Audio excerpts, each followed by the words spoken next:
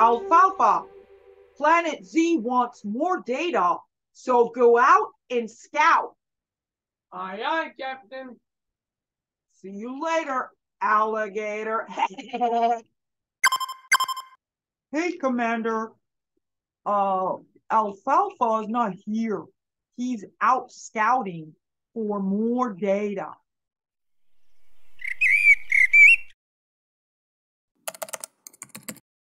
It's a small parrot, and it is the smallest member of the cockatoo family. The cockatiel's scientific name is Nymphus hollandicus and reflects the experience of one of the earliest groups of Europeans to see the cockatiel in its natural habitat.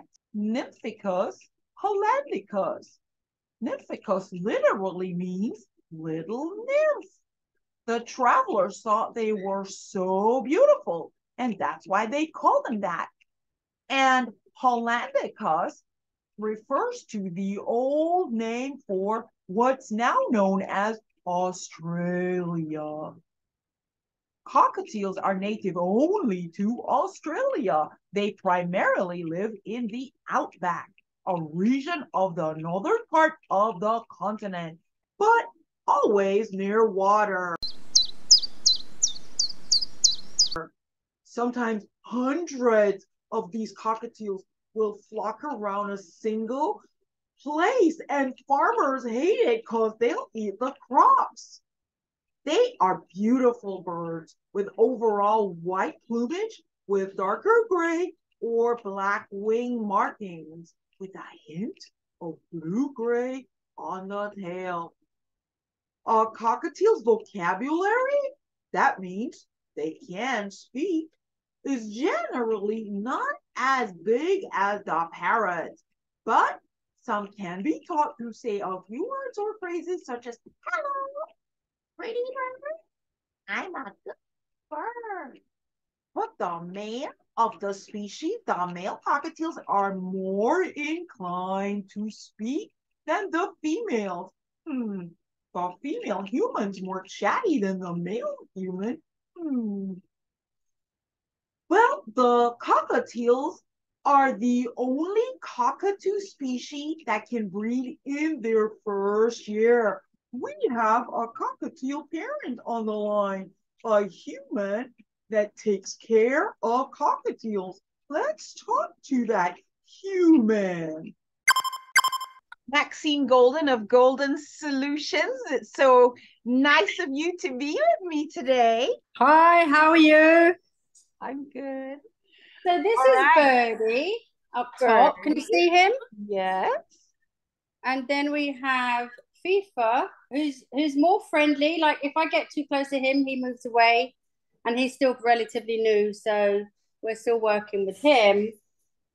So he's getting a little bit digi now.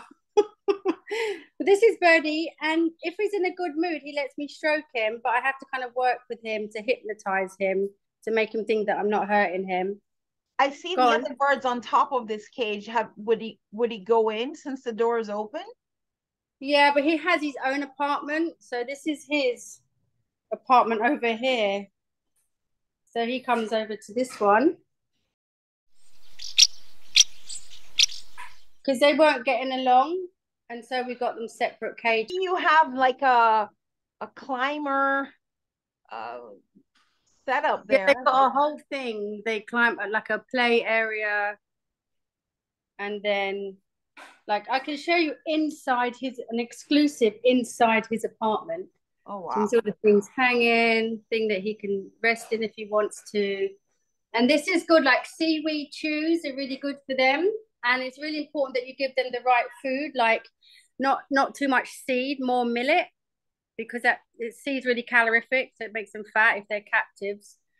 But they do fly, so I could push him to the point where he'll fly if you want me to do that. He's running at that they have like free reign in your house. And they do. But it's okay, FIFA. It's okay. It's okay. I know you're upset. I know, because He was trying to chase you earlier. So. They're a dominant one? Yeah, the other one, the gray one that you see. The one that just flew. That's the dominant one. Yeah. Okay. But they're both males because there was supposed to be one female, but they found out later that it's more likely that they're both males because the other one's been kind of pushing him around a bit. For the most part, he stays out. Can you see him up there? Yeah, sure can. Like he will stay out.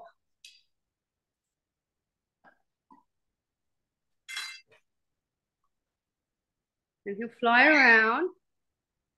Of all the pets you could have had, though, Maxine, why cockatiels? Well, to be honest, they really chose us because this one, his owners passed away. So the daughter was looking for a new home. So she actually gave him away to us. So that's how we really, got the bird and then became bird people. So it wasn't like a conscious choice. But since we got him, we decided to get another one for company. And it's just, that's how it's been, So we've got 2 birds and 3 dogs. Oh, boy. So now that you've had the birds for a while, what do you love the most about having birds? What do you like the least?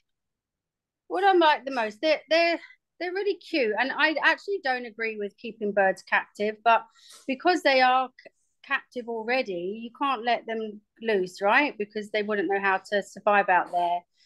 So I like the fact that they're really actually quite intelligent animals. They do have memories and they do remember stuff. They do remember, where their food is and the people that are nice to them. They know like when they're being treated right and stuff. So yeah, I just like that they're birds. They're just very intriguing, very independent.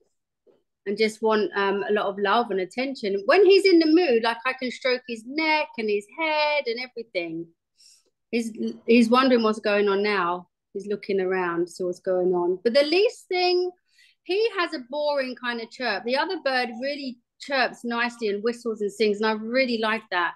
And you've got to, I would say to you, if you're going to be a bird owner, don't do it if you can't tolerate like noise.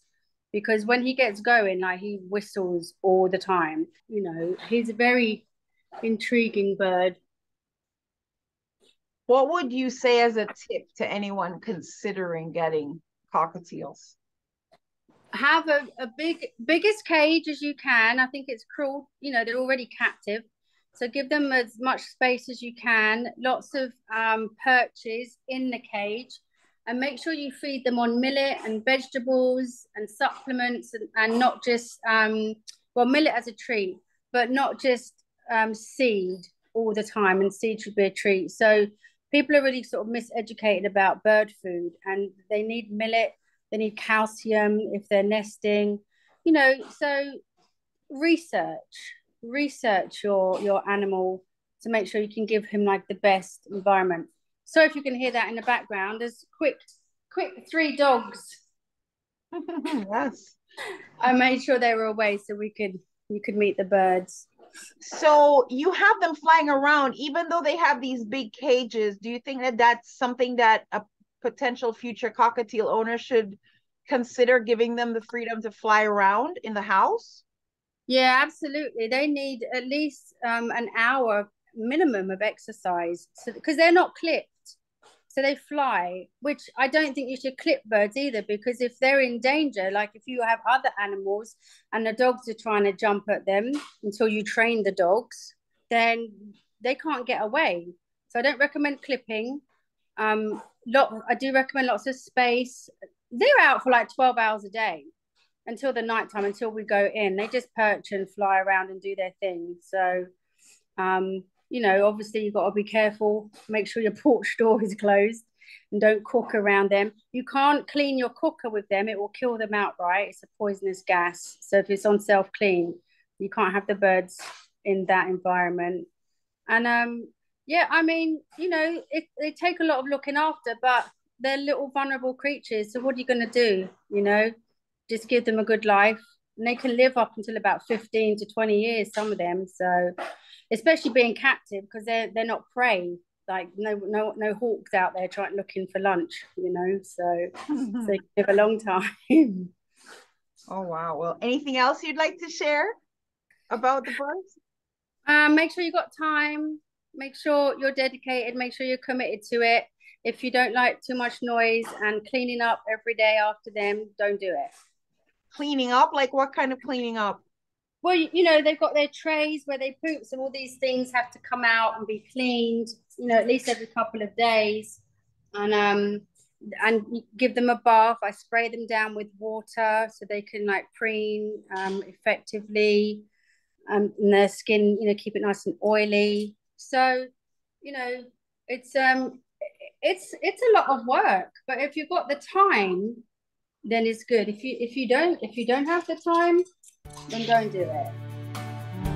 Beautiful bird. What do you think, Fifa? Huh?